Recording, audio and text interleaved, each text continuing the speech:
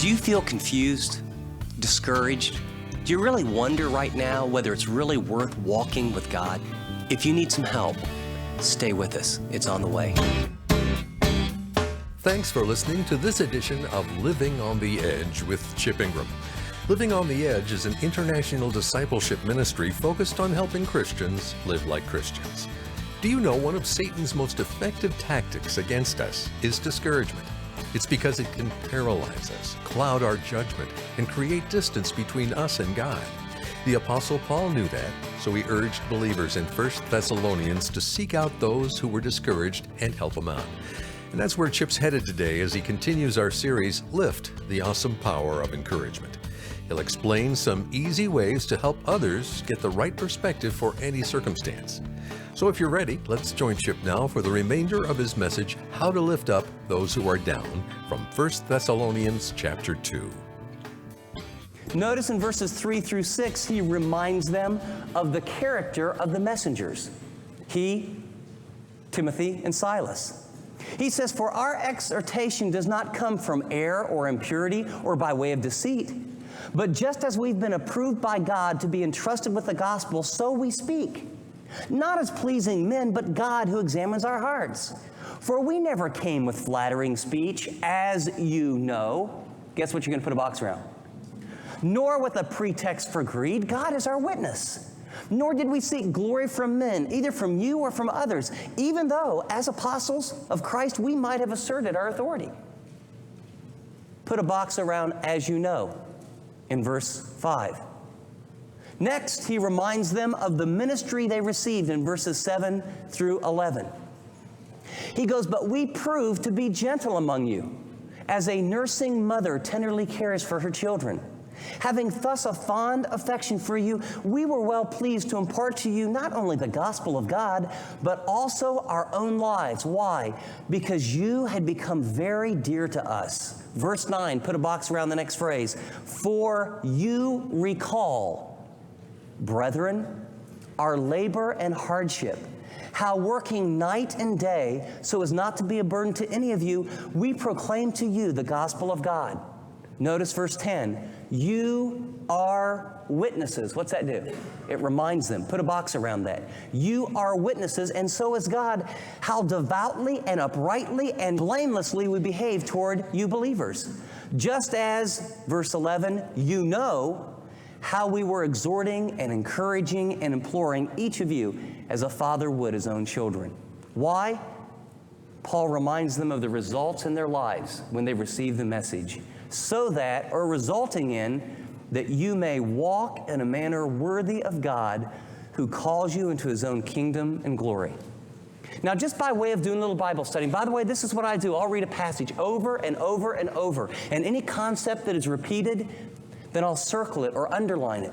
Look at verse 1, "You yourselves know." Verse 2, "You know." Skip down to verse 5, "As you know." Skip down to verse 9, "For you recall." Verse 10, "You are witnesses." Verse 11, "You know." Are you getting the idea that possibly the Apostle Paul, writing to these people whose faith is being undermined, that he wants them to remember something? Could this be a possibility? Why? See, there's something extremely powerful about remembering. What we tend to do is see the problem on the horizon, and it doesn't have to be very big, but as that problem gets closer and closer and closer, what happens? We lose perspective, and we lose sight of all of this, let alone all that happened behind us. And one of the great ways to get perspective is to pull that problem back in light of history and what God has done and who he is and what you've experienced. Then all of a sudden, it's just a little pebble to deal with. But when you're looking at it right through here, it looks pretty big, doesn't it? And so the Apostle Paul is going to teach the Thessalonians, remembering God's work in the past is the key to getting perspective for doing his will in the present. That's what he's going to teach them. And now what I'd like to do is I'd like to give you 4 key principles to help people who are faltering. Here's how to help them. First thing I think you need to do is help them remember the day. Just remember that phrase. Remember the day. You've got a friend, you've got a son, you've got a daughter, you've got a mom, you've got a dad, you've got a brother, you've got a sister, whoever it is, help them remember the day they came to Christ. Remember the day that you were saved. It will give perspective and encourage others. Whatever you can do to encourage them to remember the day they were saved. Second principle here is not only remember the day, but Paul says, remember the people. We need to remember the people that God used in our life, because when our faith is a little shaky, bringing back to mind those people and remembering their character and remembering later their love will help us get perspective. See, that's what the Apostle Paul's doing.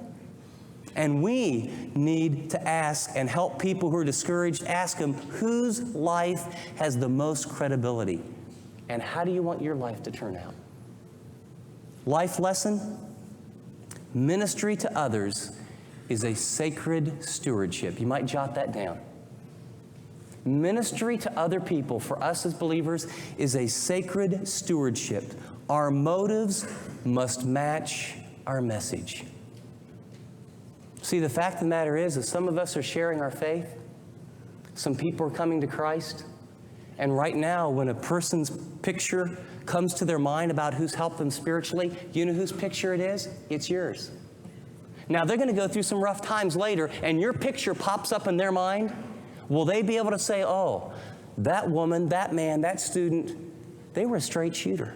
They really lived out what they said. Final point under this is the credibility of the message is intrinsically linked to the integrity of the messengers. How many have a close friend who has fallen away or slipped away from the Lord because they put a lot of stock in a person, whether it be a pastor, whether it be a business person, whether it be someone who helped them spiritually, and now that person has gone south spiritually, and that person says to you, hey, I gave it up after that. You know anybody like that? I do. Who are the ministers in this church? It's us, right? Leaders are equippers. Every member is a minister. You are a minister. So guess what? The integrity of the message, the credibility of the message of the gospel of Jesus Christ is intrinsically linked to the integrity of your life. Now, that's a moral weight, isn't it?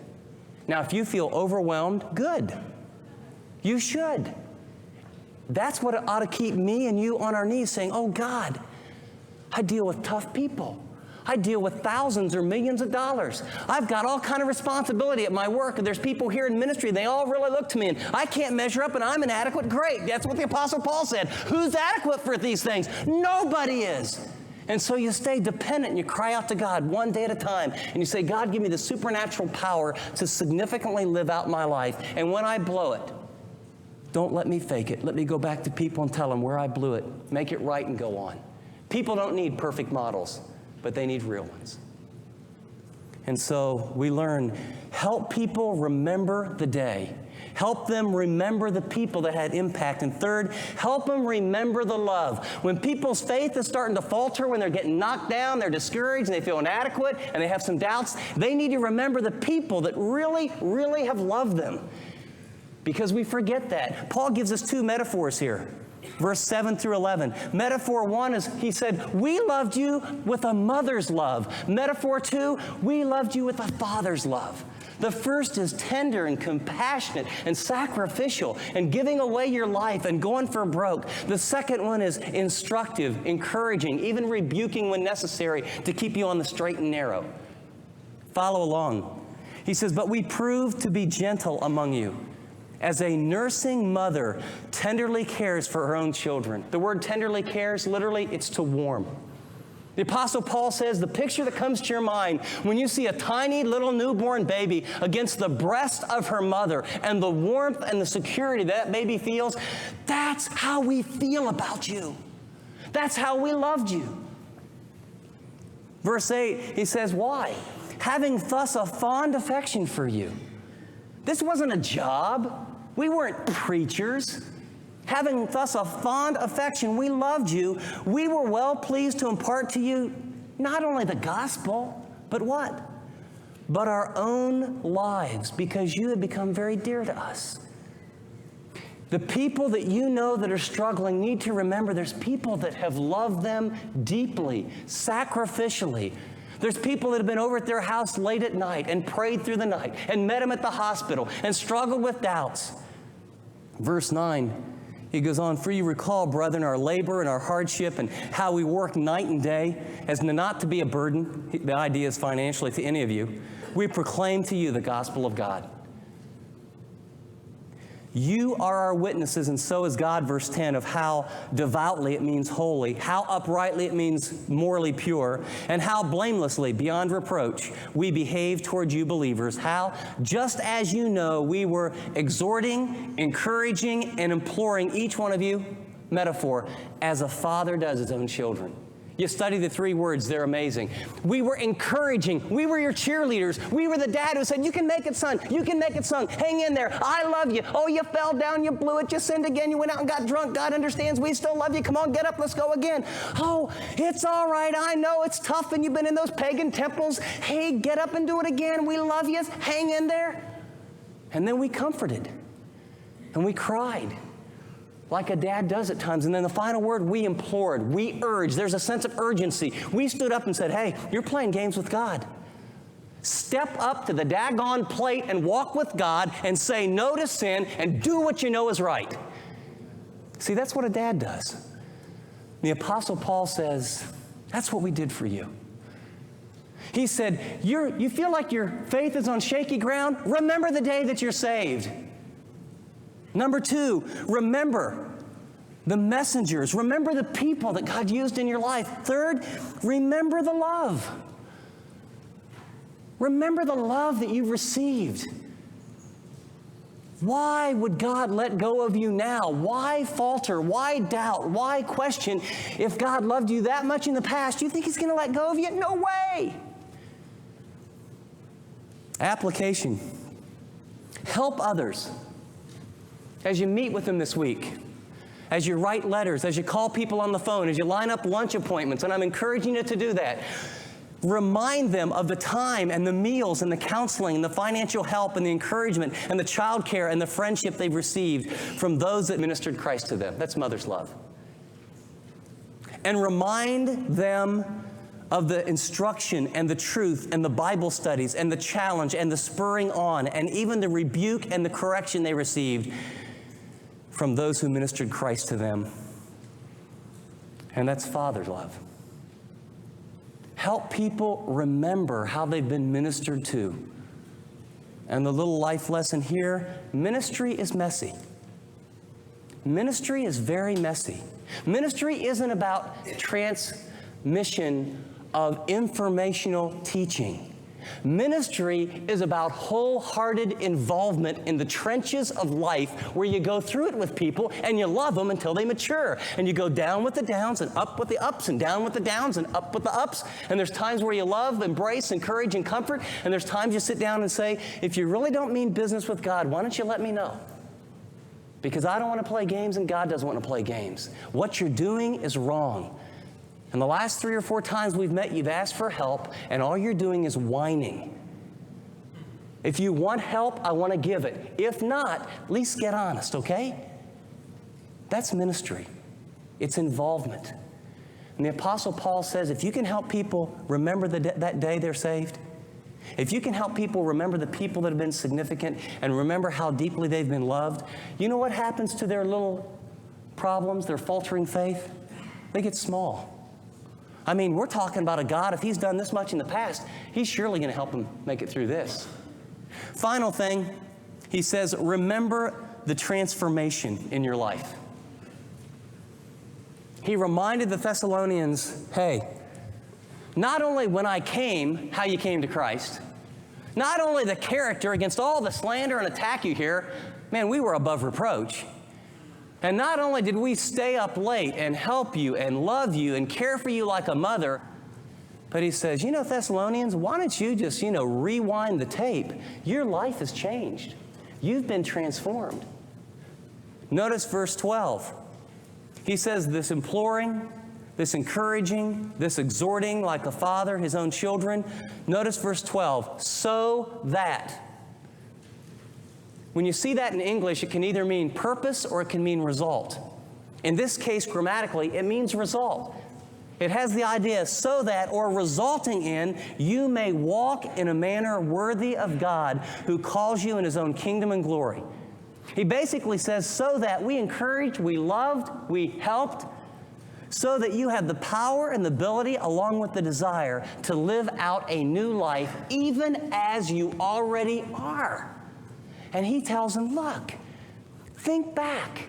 When we came into town, before you heard the gospel, now think of all that time. Now think of who you are here now. Look at the difference between your life here and there, your relationships between here and there, your joy level between here and there, the peace in your heart between here and there.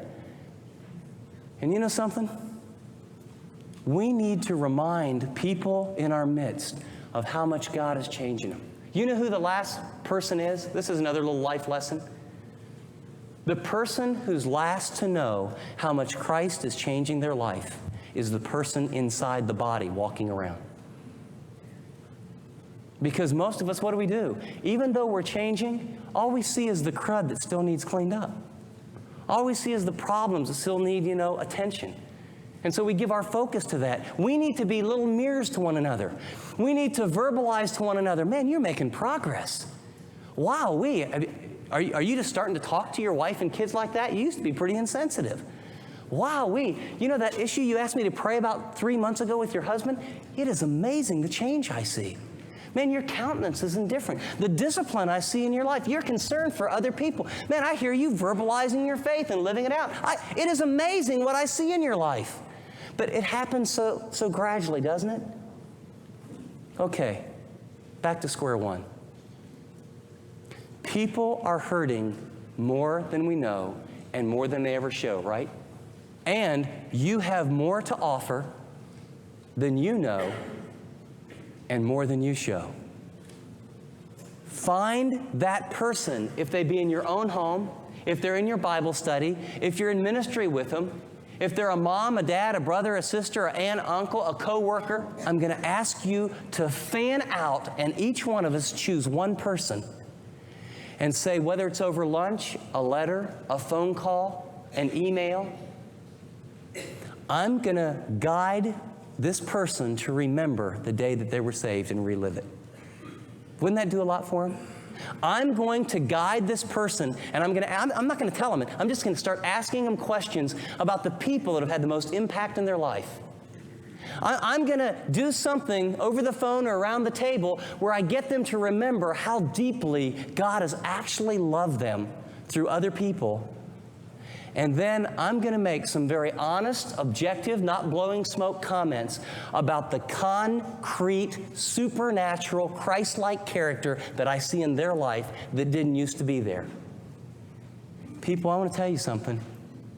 If you bow your head tonight and ask God to bring a name to your mind, He will. And if you this week will take steps to help that person remember God's faithfulness in the past, then they will get perspective to do what? Do His will in the present.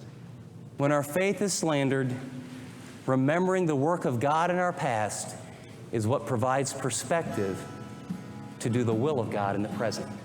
That's what the Apostle Paul did for the Thessalonians. And that's what he wants to do for us and what he wants us to do for others. You're listening to Living on the Edge with Chip Ingram. And the message you just heard, How to Lift Up Those Who Are Down, is from our series, Lift, the Awesome Power of Encouragement. Chip will be back to share some insights from today's talk in just a minute. In this 12-part study, Chip opens the book of 1 Thessalonians and unpacks the Apostle Paul's game plan to encourage fellow believers. He shares practical ways we can love and bring hope to those we care about, and explains how when we help, support, and just do life with one another, our faith grows too. For more information about this series or our many resources, visit livingontheedge.org. That's livingontheedge.org. Well, Chip's with me here in studio now to pass along a quick word. Before we go any farther in this program, I want to pause for just a minute. We've been talking about the power of encouragement. And I think there's a unique group of people that have a great need for encouragement and they're getting lost. Women in particular. Young women are being bombarded today. We've never seen such anxiety, depression, and struggles among young women. But it's not just young women. It's older women as well who are being bombarded that as they grow older or as life isn't turning out the way they thought, feel like they're useless. What's their purpose? My wife went through a very challenging childhood, and then she went through some very, very difficult times where she felt unlovable and worthless and like she is of no use to anyone. And then the Lord got a hold of her life. And out of that, some good counseling and some time together, she developed these affirmation cards. We've had a hard time keeping them in stock as people have read them over and begin to replace the lies of the world with the truth of God, especially designed for women. Out of that grew a real demand. Literally, a lady said, "Teresa, you have to get this in a book form." And so we've created a very small, readable book in about an hour, hour and a half called Precious in His Sight, where she shares not only her story, but the process by which she began to see herself the way God sees her. If you know some women, young or old, that need encouragement, let me encourage you to get these resources. Dave, could you give them all the info about how they can get these resources? Be glad to, Chip. To get either Teresa's book, Precious in His Sight, or a set of our affirmation cards, go to livingontheedge.org or call us at 888-333-6003. Both of these helpful tools are sure to encourage you in your walk with Jesus. And if you haven't thought of it already, this book or these cards would make great Mother's Day gifts. So to get them in time for that special woman in your life, place your order by May 1st. For complete details, call 888-333-6003 or visit livingontheedge.org. App listeners tap special offers. Well, here again is Chip to share a few final thoughts. I want to end today's broadcast. You're a teacher, you're a pastor, you're the leader in a parachurch organization, you're a small group leader, you're involved in a high school group, and you have some other high school kids that you're trying to help. This passage today, mark it well, is one of the strongest, clearest models for discipleship in all the Bible. Notice when we talked in verses 7 through 11, the soft side of discipleship and the hard side. We prove to be gentle among you as a nursing mother, tenderly caring for her children. People are hurting. We need to be tender. We need to be understanding. Ministry is messy. It takes time. It means there's long nights. It means you put your arm around people. You affirm them. When they fail, you let them know you have failed. You let them know God forgives. Strong on the soft side. But too many discipling relationships end up with only the soft side. Listen to me carefully, parents. There's also the strong side. As a father, and then you notice what he said, we exhorted, we encouraged, we implored. I didn't have time to develop those words as much as I'd like to in the message. There is a progression there of going from a cheerleader to a stern disciplinarian, of a father saying, I'm on your team, let's get with it, to you better get with it or else, to there is no option, baby, you get with it, this is right. And there's times where we need to set clear boundaries for people that we're helping, and that has to do with confrontation. That has to do with hard things. That has to do with developing discipline. The passage then goes on and says that you are witnesses, and so is God, of how devoutly, uprightly, and blamelessly we behaved among you. The power of discipling, in essence, is modeling. You're going to produce who you really are. You cannot impart what you don't possess.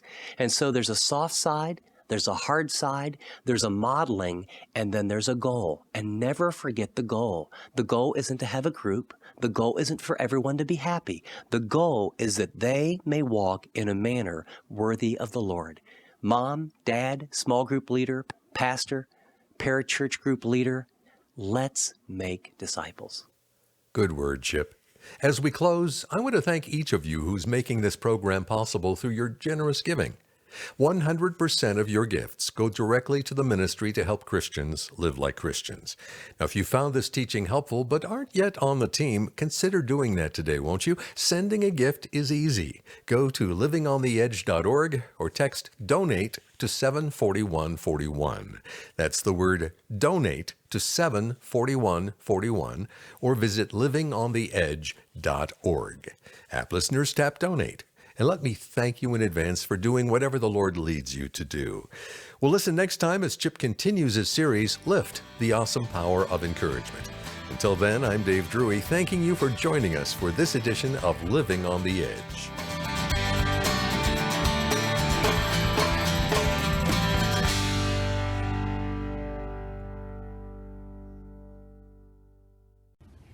Thanks so much for watching this video. If you'd like to watch more content like this, click and subscribe here to our channel. And by the way, if you'd like to know more about Living on the Edge, find out about more resources, maybe get on the mailing list, go to livingontheedge.org. See you next time.